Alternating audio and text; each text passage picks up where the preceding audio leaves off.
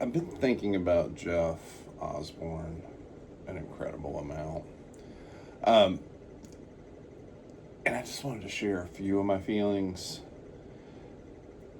Jeff was a guy that I knew in high school, and we really gelled. He was a super quiet man. As we got older, like we drifted apart, as everybody does. But then Facebook brought us back together, and we both found Facebook to be a cesspool. And I just one day was like, "Hey, man," messaged him, "Here's my number," and got off of the Facebook. And then he and I like would call each other and talk, and really developed a nice friendship in our later years. And it was kind of lovely, the fact that he and I would just talk. We didn't talk a lot. I don't want to, like, but when we did, it was meaningful and it was real. And it was an actual connection versus some social media thing where, you're just thumbs upping or poking or whatever. Um, but I mean, I think back to like this quiet guy I knew at Kenwood. In high school, I was really good friends with Susie, now Lainey. Um, but Jeff and I meshed, and we talked about music mostly, to be perfectly frank. And he was a really good guitarist, and I don't recall him playing very much in front of people. But man, he was good, and it was really kind of fun. Like, I joked with him about starting a band, and he didn't care anything about that. One, I had no talent; he had all the talent. I do have a little bit of charisma, so it was very different. But um, yeah, we would just talk silliness. I was not into altered states as much as a child, so we didn't have that in connection. And I'll be honest, man, the only time I could tolerate cigarette smoke was if I thought that a girl liked me. So it was rough being around Jeff when he would smoke so much. But in spite of that, we still hung out because he did smoke like a chimney, to the point where I was a little worried about it. But um, one of the things that I think of is it's a yeah, my son's 14 now, one's 18, one's 14 now. Um, I guess about 4 years ago, maybe even longer than that, maybe five, I was talking to Jeff about trying to get the boys at the guitar. And he gave me some pretty straight up advice. He's like, find an AC/DC song. It's three chords. They'll love it. It's what everybody starts on. And like, I took parenting advice from Jeff Osborne, which seems crazy, but it was really great. And the kids really followed and kind of got into that. Um, and then I won't delve too deeply into politics, but he and I were very much aligned, especially in this crazy state that we're in now.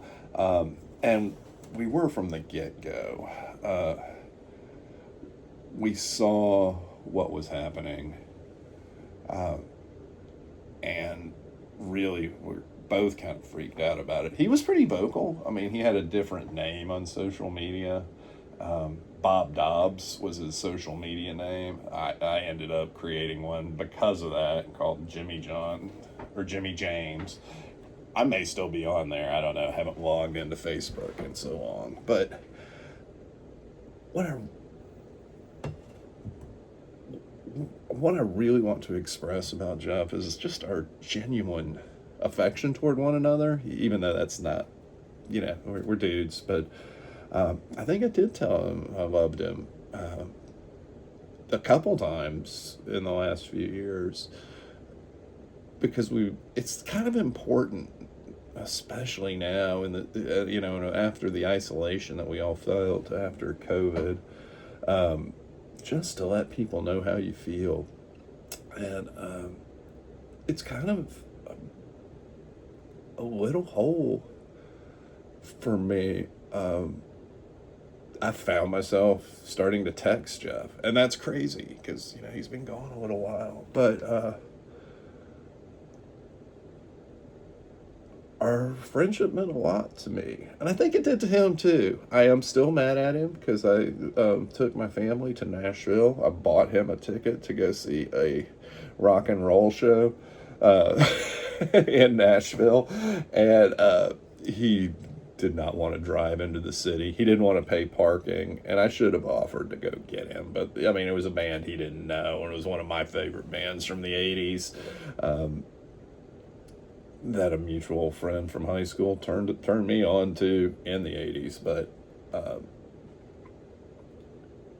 we did chat when I was there. But I do wish I had leaned a little harder into, hey man, I don't get to Nashville. Let's hang out. That said, I had a lovely time. We texted a little bit. I was hoping maybe for breakfast meetup the next day, and that didn't happen. But we did chat, and then the last time I reached out, I didn't get a call back or anything.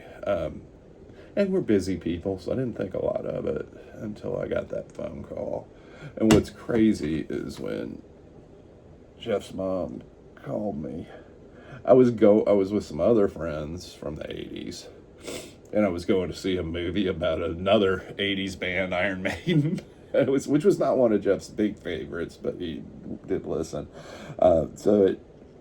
While it floored me and shook me to my core, and hit me out of nowhere, and I was bawling in the middle of a movie theater. The fact that I was with some good friends that had maintained that friendship since that time, watching a documentary about a band that we loved back then was pretty phenomenal. This is a lot of words. I just wanted to convey how much I respected Jeff, how much I miss him. And really, the world's a little bit sadder without him. And it kills me that only a few of us know that, because his world was small, but the ones that do really do. So, anyway, wanted to share this. I appreciate if anybody ever listens to it. Jeff Osborne, good dude. Take care of each other. Take care of yourselves. And that's all I got. I'm going to go find a napkin and stop snotting on my finger. All right. Peace. Love you.